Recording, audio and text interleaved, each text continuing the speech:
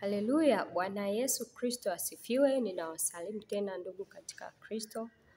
Shalom, shalom. Bwana atukuzwe kwa kutupa tena nafasi hii nyingine na siku hii nyingine ya kuweza kusimama mahali hapa. Leo nakuja na maono ambayo niliyaona kuhusu watoto. Sina mengi ya kusema ila nitasema kile ambacho Roho Mtakatifu atakusudia nikiseme. Lakini kabla ya yote tuanze kwa kumkaribisha Roho Mtakatifu. Baba, katika jina lako Yesu Kristo, nakuja mbele zako tena kwa muda huu na masaa ya Yesu Kristo. Ninakushukuru kwa neema hii na kibali hiki ulichonipa cha kuweza kufika muda huu na masaa haya. Asante Bwana kwa hata kwa haya ulionionyesha, kwa kusudi Bwana tuzidi kuomba na tuzidi kutambua mipango ya yule adui ili tuzidi kusambaratisha. Nakushukuru kwa kibali hiki ulichonipa cha kuweza kusema na watoto wako Bwana. Maana bila wewe nisingeweza na bila wewe hata msikilizaji asingeweza kuwa mahali hapa. Ni wewe Bwana uliyetukutanisha, ni wewe Bwana, haleluya, uliyekusudia tuweze kuwa pamoja. Ninakualika Roho Mtakatifu, tawala mahali hapa Yesu Kristo, tawala Roho Mtakatifu, upate kukamata kinywa changu, ukaseme yale uliyokusudia. Nisiongeze wala kupunguza, bali yale ambayo umekusudia Bwana yapate kuwajenga watu wako. Karibu Roho Mtakatifu, ninakualika mahali hapa. Ninaharibu na kusambaratisha uwepo wa giza.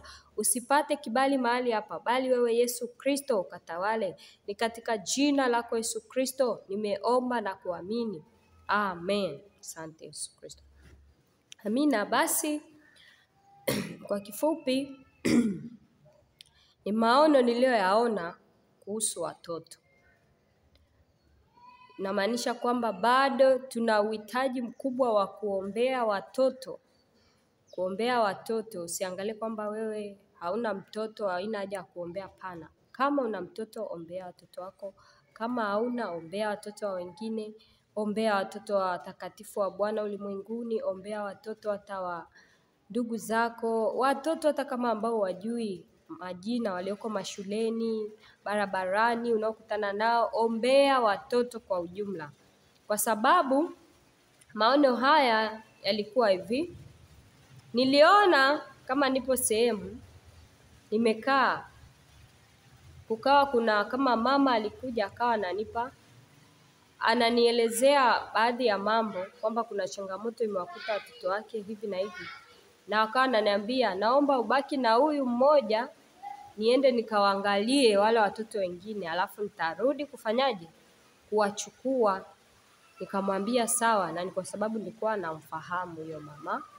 Nikamwambia sawa. Sasa ikawa sehemu nimekaa kwenye kiti kando ya na kama duka hivi, niliona kama duka kando na duka au supermarket ndogo, hii mini supermarket. Ikiwa nimekaa pale na yule mtoto, alikuwa ni mtoto mdogo, tuseme kama miaka 4 hivi au 5. Nikawa nimembeba huku namsubiri mama yake aje. Wakati nimembeba pale walikuja kundi la vijana wengi, wa kike wa kiume, lakini ni kama kuna wengine kule kwenye kundi nilikuwa nawafahamu. Kwa hiyo walivyokuja, mimi nikawa kama sitaki kuongea nao sana, nikaamua, ikawa kama hiyo sehemu kuna kitu cha kujifunika, nikawa nimejifunika ili pamoja na yule mtoto ili wasinione, waingie wafanye vitu vyao waondoke bila kuniongelesha. Lakini nilipofika pale kuna mmoja kama aliweza kuniona, akawa ananifunua, ananiambia, huyu ni Doris yuko hapa. Sasa kama vile walikuja kwa lengo wapate kunichokoza. Na baada ya kunichokoza, ilikuwa sijui kusudi lao ni nini. Sikujua kusudi zaidi, ila nilijua mwishoni. Maana mimi nilijua tu kama ni watu wanakuja dukani, lakini ghafla wakaja tena wakaachana na dukani, wakaanza kuja kunichokoza mimi ili niongee, ili nifanye hivi. Kwa hiyo walipokuja pale nilipo wakaanza kunisumbua. Huyu ni Doris hivi na hivi, wanaanza kunishika, kunivutavuta. Nikiwa nimebeba yule mtoto. Sasa nikasema mbona hawa wanazidi kunizoea hivi? Ngoja nimweke mtoto chini ili nipambane na hawa kwanza. Nikimaliza nimrudie mtoto. Yaani ile sekunde tu nimemweka mtoto chini, nimegeuka na kuja kurudi mtoto hayupo. wakawa wameshamchukua. Kumbe sasa wakati naongea nao pale ndo niligundua kumbe wale sio watu. Maana kuna watu niliokuwa naona kama ninawafahamu, lakini kumbe nahisi ni kama mapepo, majini walikuja kuchukua sura za watu ambao ninawafahamu. Kwa hiyo wakati ninahangaika na wengine walikuja wakachukua ule mtoto. Sasa ile nageuka kuangalia mtoto simuoni tena. Nikaanza sasa kusema nitafanya nini mtoto watu hayupo. Nikaanza sasa kuchukua hatua niwafate wale wengine, nikaanza kuambia mtanipa mtoto leo ni leo, mtanipa mtoto. Kwa hiyo nikajikuta sasa naanza kupigana nao. Wakawa wananiambia mtoto yupi? Nikamwambia nipeni yule mtoto mlio nikuta naye pale. Wakati sasa tunapambana ndo nikuja kugundua kwamba hawa hawakuwa binadamu. Maana mwanzoni nilijiona na tunapigana yani kimwili, kama nashika kitu hivi na wapiga hivi wanapigana. Lakini baadaye nilishangaa sasa kuona wanaongezeka, yani wanakuja haujui wametokea wapi, wanakuja wanaongezeka wengi, wanaanza kupigana na mimi. Kwa hiyo nikatambua kumbe hapa sio vita vya kimwili. Nikaanza sasa kuomba maombi ya kuwasambaratisha. Nikawa naomba kweli napigana nao. Kulikuwa na makundi ya unaweza ukaona ni wachawi, mara wengine ni kama waganga, wengine ni kama mapepo, wengine ni kama hawa Freemason. Yaani walikuwa wanakuja kwa kubadilika makundi mbalimbali. Lakini mara ya kwanza nilianza kupigana walikuwa ni wachawi, mapepo na hawa waganga, yaani wameungana hivyo. Unajua huyu ukimwangalia unahisi huyu mganga, huyu hivi. Kwa hiyo wakati napigana nao pale sasa wakawa wanabadilika, yaani sijui ni walikuwa wanabadilika au nini. Ghafla wanakuwa kama wananionyesha mtoto huyu.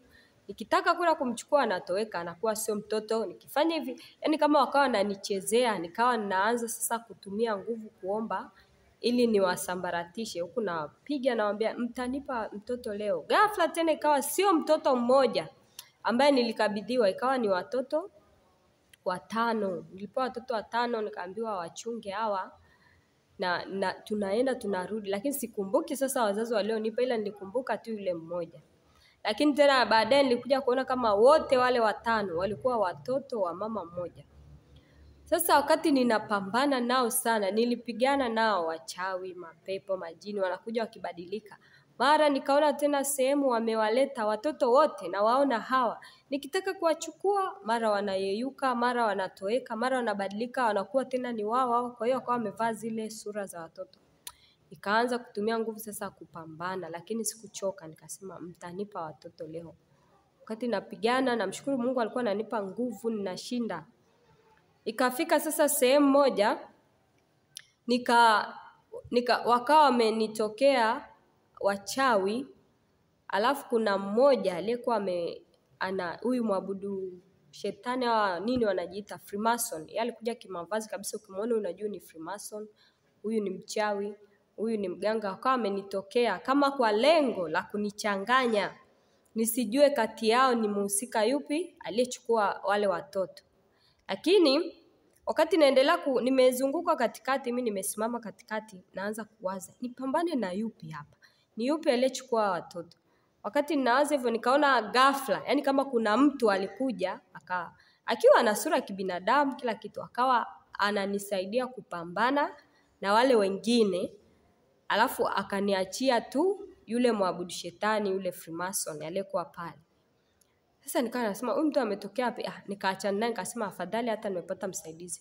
Wakati anapigana na wale wengine, mimi sasa nikasema ngoja ni deal na huyu Freemason huyu, itakuwa huyu ndo aliyechukua watoto. Wakati ninapigana naye, ni kama alikuwa amesimama kwenye ukuta. Nikajikuta nimebeba kitu kama nyundo, ninamponda kichwani. Ile kumponda kichwani, akayeyuka, mavazi yakabaki pale ya kishetani, yale mavazi yake yenye alama za kama pembe 3 nini. Yalipobaki pale, ghafla nikashangaa, naombea yale mavazi yateketee, pakatokea sasa lango lilikuwa kama, naweza ngasema kama dirisha, japo lilikuwa muundo wa dirisha pembe 4, lakini lilikuwa ni lango. Nikasema kumbe hapa nilipo kuna makao ya kuzimu, afuata sijui. Wakati naangalia kwenye ile lango kwa ndani sasa nikaona yani ni kama kuna mji unaendelea na shughuli kila kitu, lakini sisi wanadamu kwa hatujui. Ni mji kabisa umejengwa, kuna watu wanaishi, lakini nilichoshangaa kuona, niliona watoto wengi sana. Watoto wa miaka, wa miezi, wa wiki, yani wa kila rika walikuwa kule, na waliokuwa kule walikuwa kama tuseme ni kama wanazubaishwa wasikumbuke wazazi, wasikumbuke nyumbani. Walikuwa wamepewa vitu vya kuchezea. Nilikuwa naona wengine wana midoli, wengine wana rangi, wengine wana vitoi, sijui nini hivi. Vitu mbalimbali hivi unavyoona, kwa mfano unavyoona watu sasa hivi wananunulia watoto wao kama vya kuwafurahisha, maball ya kuchezea, midoli, visimu, magames, sijui nini. Kila mtoto alikuwa na kitu cha kuchezea. Lakini nikachungulia nikasema, kumbe huku Freemason wameteka watoto wengi hivi. Hao watoto wanafanya nini huku? Na mbona hata yani hawataki kudai wazazi, hawalii, hawafanye nini? Yani wana furaha, wanajiona wako sehemu sahihi. Nikawa nachungulia, sikuingia, nilichungulia maana hiyo njia ni kama ilikuwa nyembamba kidogo. Ukitaka kuingia lazima utumie nguvu. Alafu mimi mji nilikuwa nauona huko kwa mbali tena. Sio kwamba unaingia unatua, hapana. Niliona huko chini unashuka. Ila nikawa nachungulia lakini nikawa nawaona, yani kama kukawa na mwanga ninawaona wote. Nilivyokuwa naendelea kuangalia nikasema, itakuwa hata wale watoto nao watafuta wako huku. Itakuwa ndo hao wamewachukua.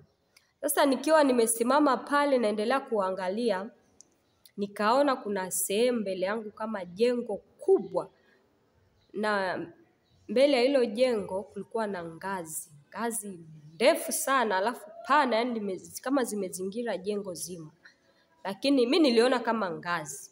Sasa kukawa kuna watoto wengi sana wamekaa kwenye zile ngazi ya kwanza, ya pili, yani wamejaza zile ngazi wakiwa wanacheza, kila mtu mchezo wake anaotaka. Mwenye vidoli, mwenye sijui games, mwenye vigari, mwenye nini, kila mtu na mchezo wake wanacheza pale. Sasa cha ajabu wakati wamekaa pale, wao walikuwa wana amani, wanafurahi, hawana shida, lakini mimi nilikuwa najua hapa wako sehemu hatari, au wametekwa, na inaonekana huyu mtu amewapa hivi vitu ili wasahau wazazi, wasahau familia, wasahau kwamba kuna watu wanatakiwa waje kuwachukua. Sasa nikawa nawaza, nao wamewezaje kufika huku? Mbona wengi sana? Wazazi wao mbona hata watafuti? Wazazi wao waulizia watoto inakuaje? Na mimi mbona hapa nimekuja kutafuta watoto afu siwaoni? Nikawa naangalia sana kwenye kundi la wale watoto, sikuwaona. Ghafla sasa nikashangaa zile ngazi walizokuwa wamekaa, nikijua ni ngazi, zikaanza kuzunguka. Zinazunguka kama kuwageuza, lakini hawaanguki. Kuwageuza, mfano mzuri, kuna michezo ya watoto hivi naionaga, unakuta watoto wamekaa kwenye vigari, kwenye viti, alafu vinazunguka mduara hivi lakini hawaanguki. Sasa ndo niliona kama wamekaa kwenye zile ngazi lakini wanazungushwa hivi. Lakini ghafla kuna sauti niliyokuwa naisikia, sikuwa naelewa maneno, ila nilikuwa nasikia sauti. Hiyo sauti ikitolewa, kuna baadhi ya watoto walikuwa wanatoka pale kwenye ngazi, wanaangukia chini. Lakini kule chini nilikuwa naona moto mkubwa, kwa hiyo wakawa wanaungua. Yani ile sauti ikitoka, baadhi ya watoto wanaanguka kule chini, wanaungua. Sasa nikawa nashuhudia ndani yangu kwamba yani hapa wamekuja kwa ajili ya kutolewa kafara huku kuzimu. Wameshaibwa duniani, wanakuja kutolewa kafara. Kwa hiyo hii naona ni ngazi kwamba inazunguka, ni kama ndo sehemu ya mtego wao. Wanazunguka tu, wanafurahia, wanaona wako sehemu sahihi. Lakini muda wa kafara ukifika, yule ambaye wanamhitaji atatoka, ataenda kuteketea kule. Kwa hiyo nilivyoona hivyo nikawa naogopa. Haleluya. Nikawa nasema, kwa hiyo timisi na wale watoto wengine wako hapa wameshatolewa kafara au mbona siwaoni? Nikachungulia kule ndani, nikaanza kujikuta naita jina la mtoto mmoja. Nakumbuka jina nililoita la mtoto mmoja nilikuwa ni Glory. Kaanza kuita Glory, Glory niko hapa, njoo kama unanisikia, njoo utoke.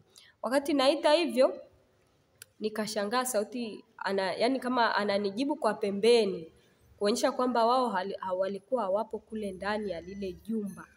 Kwa hiyo walivyonijibu kwa pembeni, nikatoa kichwa kule nilipokuwa nachungulia, nikaanza kutembea kama pembeni hivi, nikakuta kuna nyumba imekaa pembeni, ina baraza kwa nje.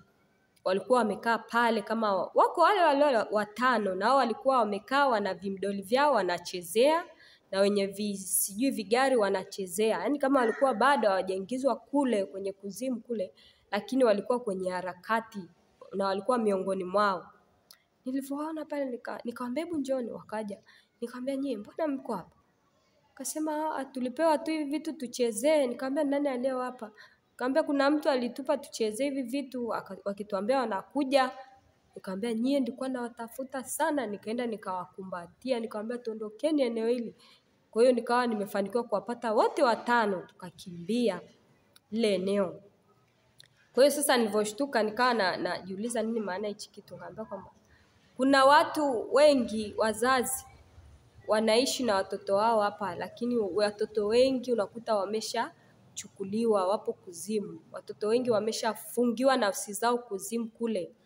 Wengine wanawindwa hadi sasa hivi kutolewa kafara na yule muovu shetani. Kwa sababu gani? Wazazi wamekosa muda wa kuombea watoto. Ndio maana nilikuwa najiuliza pale wakati nimekaa nao pale nachungulia kule kwenye shimo lile, najiuliza watoto wamefikafikaje huku, na wazazi wao mbona hawajali? Mbona wametulia tu, watoto wako kwa hawajali? Kwa hiyo kana shuhudia kwamba wazazi bado wanahitaji kuomba sana juu ya watoto wao. Wapo watoto ambao wameshachukuliwa, wapo kuzimu. Wengine wanatumikishwa kule lakini wazazi hawajui. Wengine wameshafungiwa nafsi zao kule. Wako duniani wanaona kama wako na watoto, kumbe vivuli vyao. Lakini pia wazazi watawezaje kuwaokoa watoto wao? Ni kwa maombi. Maombi na kuwafundisha njia za Bwana. Kama mtoto umemlea katika njia inayompasa, hakika shetani hawezi kumchukua. Kama mtoto umemlea kwenye mazingira ya kumjua Yesu Kristo, kwenye maombi, wewe mzazi unamwekea mtoto wako ulinzi. Hata adui akija hawezi kuwachukua. Ndio maana yani kama wale watoto waliochukuliwa, yamkini sijui ni kwa sababu gani Bwana alitaka kunionyesha kwamba wale hawakuingia lakini walikuwa kwenye harakati.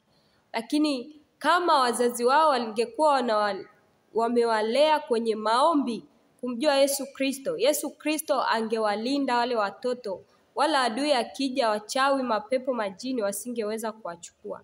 Lakini watoto wengi wanachukuliwa, wengine wanaibiwa wakiwa mashuleni, wengine wakiwa mabarabarani, wanatolewa kafara kwa wachawi, kwa miungu, kwa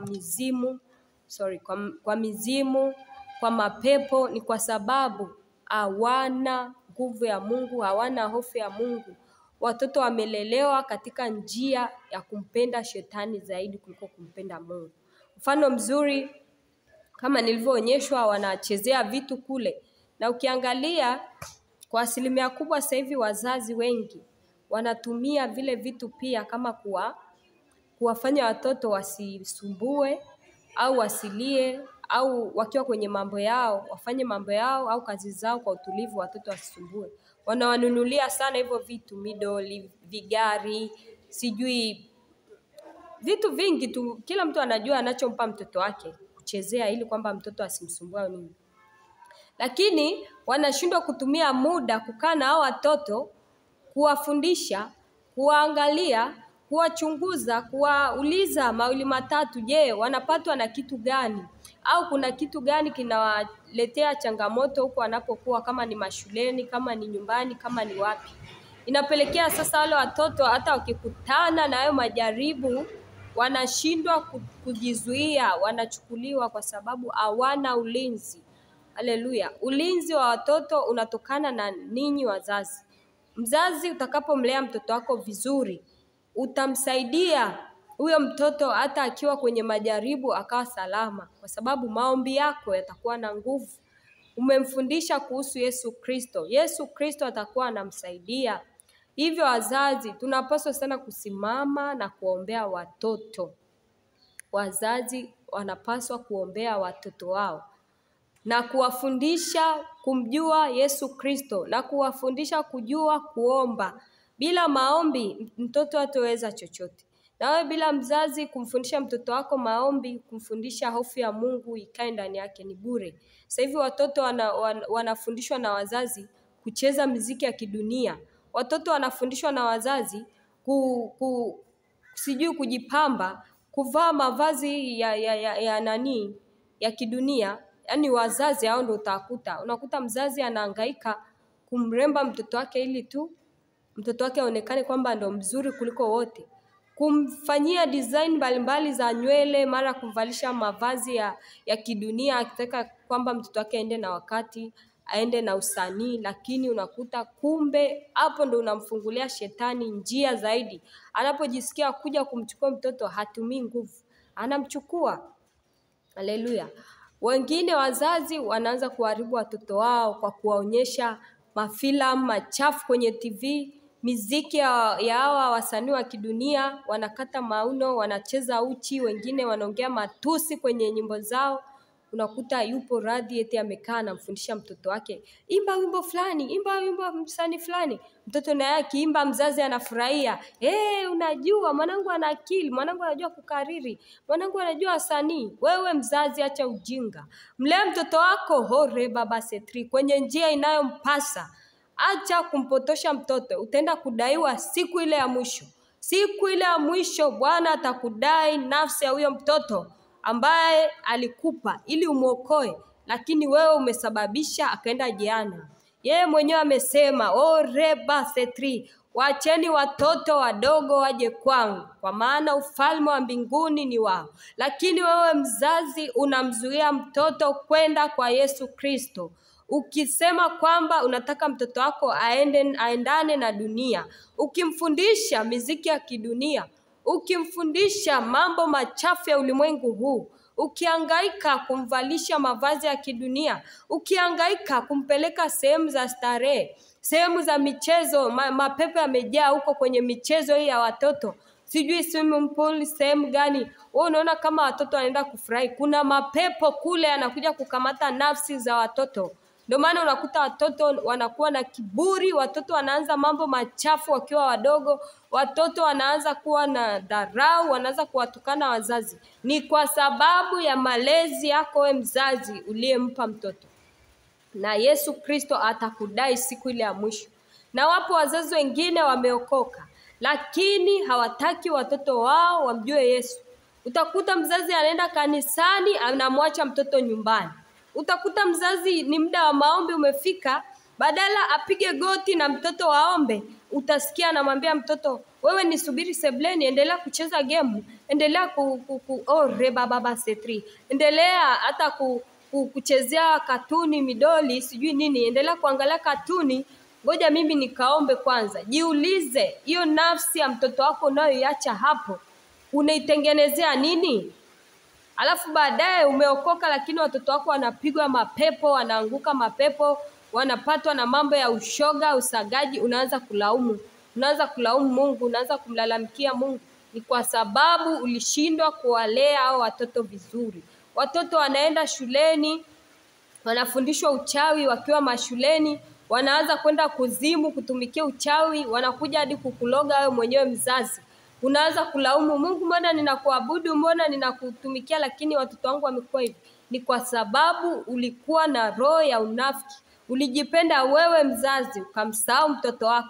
Ulipokuwa ukimtafuta Mungu wewe, kwa nini mtoto na yeye haukumpa nafasi ya kumtafuta Mungu? Ulimkuza mtoto kwenye mambo ya kipagani, mambo ya kumjua shetani, lakini wewe ukataka kumjua Mungu. Kwa hiyo usitegemee kwamba utavuna mema. Lazima huyo mtoto kama ulivyompanda ndivyo utakavyomvuna. Haleluya. Kama umempanda kujua mambo ya kidunia, ndivyo hivyo utavuna mambo ya kidunia ndani yake. Uzinzi, ukahaba, kuabudu shetani. Utashangaa mtoto hata anaanza kuwa mchawi ndani, anakuangia wewe mama, wewe baba. Mtoto anakuangia ndani ya nyumba. Utashangaa mtoto anaanza kuwa na tamaa za kujiunga makundi ya kishetani, Freemason, sijui Illuminati, watafute pesa. Ni kwa sababu wewe mzazi haukumjengea mtoto hofu toka akiwa mdogo. Kwa hiyo lea watoto wako vizuri. Haleluya. Lea watoto vizuri. Wengi niliona kule warika mbalimbali, wa miaka, wa mienzi, wa siku, wa miaka sijui miwili mingapi, 5, 10 ngapi, wote walikuwa kule na walikuwa wakifurahi. Walikuwa wakicheza na vitu vyao wakijua kwamba wako sehemu salama. Lakini hata wenzao walipokuwa wakidondoka kule kuzimu, sijui ndo kuchomwa kutolewa kafara, si ni wapi, sikujua ni wapi, ila niliona moto na shimo kubwa kama vile ndo sehemu ya kutolea watoto kafara. Walikuwa washangai wala kulia wala kustaajabu, mbona wenzetu hawapo? Walifurahia wao wakiwa wamepumbazwa akili na fahamu zao kupitia vile vitu. Haleluya. Angalia vitu unavyompa mtoto wako avichezee. Kama ni TV, unamkalisha mtoto masaa na masaa kwenye TV angalie katuni. Usifikiri hizo katuni ziliwekwa huko kwenye channel kama urembo, zina kusudi la yule muovu shetani. Utashangaa mtoto, mbona mtoto wangu akiwa anaangalia katuni huwa anatulia sana, asumbui, anafurahia hizo katuni, baadaye unakuta naye anaanza kuiga vile vitu ambavyo anaviona kwenye katuni. Kama umezoea kumpa mtoto wako angalie mafilamu machafu, maigizo, maseries, manyimbo ya kidunia, utambue kwamba ndio hicho atavuna. Mtoto atakuja kuwa na mambo ya ajabu. Umezoea kumuonyesha mtoto wako watu wako huchi kwenye TV, na yeye ndio atakavyokuja kuwa, na usije ukamlaumu. Lakini tambua wewe ndugu, utaenda kuhukumiwa na Yesu Kristo. Atakudai nafsi ya huyo mtoto, maana alikupa huyo mtoto ili umlee, na neno linasema waleeni watoto kwenye njia iwapasayo, nao hawataiacha mpaka watakapokuwa wazee. Sasa ujiulize wewe mama, jiulize wewe ambaye ndo muda mrefu unakaa na watoto, unawaleaje watoto wako? Unatumia muda gani kuomba na watoto wako ili hata angalau wachunguze, waulize kuna mambo gani yanawakumba, au unaota ndoto gani, ili ujue. Haujui uko shuleni walipo wanapitia mangapi. Yamkini wengine wanakuja nyumbani wanakaa na wewe, lakini wanaendaga kuwanga usiku, wanaenda kwa wachawi, wanaenda kwenye vikao vyao, wanakula nyama za watu usiku. Haujui. Wewe umekaa tu umerelax, mwanangu anaenda shule anarudi na muona. Haleluya. Wengine upo nao nyumbani, lakini ujue wanayoyapitia. Kuwa mtu wa kuwakaribisha watoto wako katika maombi, kumjua Yesu Kristo. Shetani kwa sasa hivi anawinda sana watoto, anatoa kafara watoto wadogo, watoto walioko mashuleni, wanatolewa sana kafara kuzimu.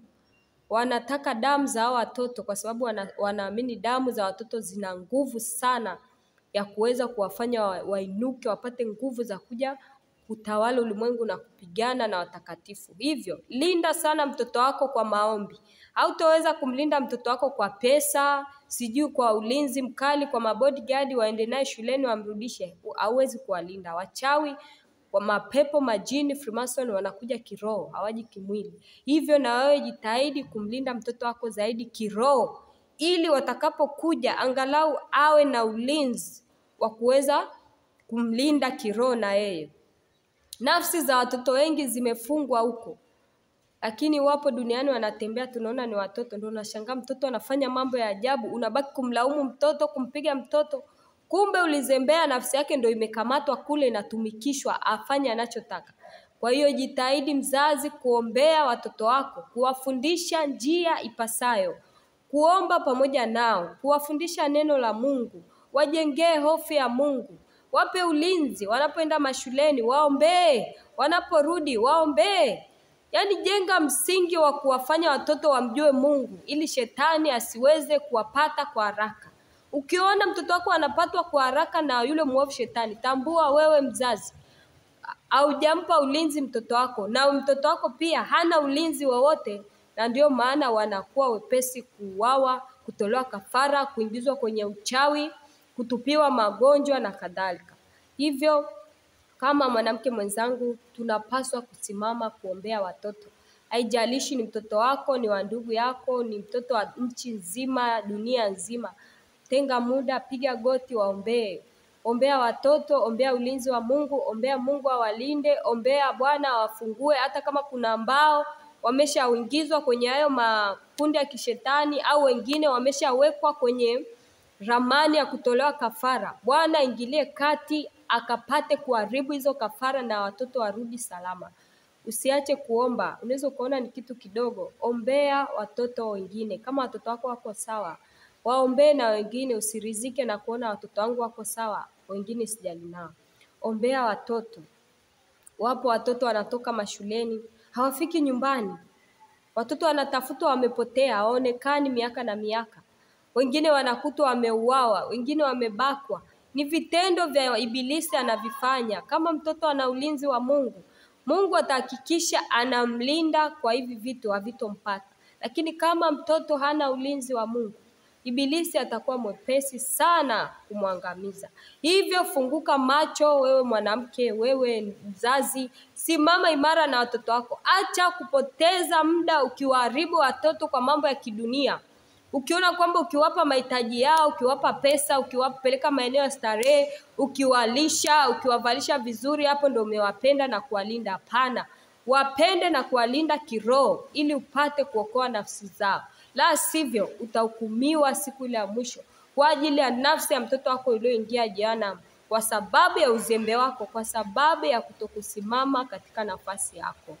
Amina. Bwana Yesu Kristo awabariki, na tusimame pamoja katika kuomba. Amen.